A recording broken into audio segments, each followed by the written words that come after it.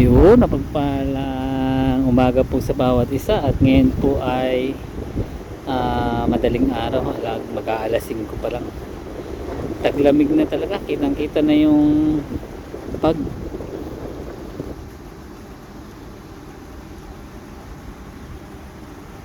grabe yung pag ngayon, no?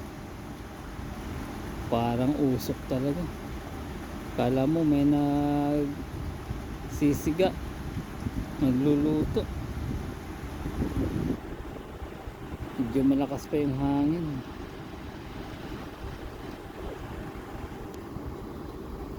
Madaling araw pa lang.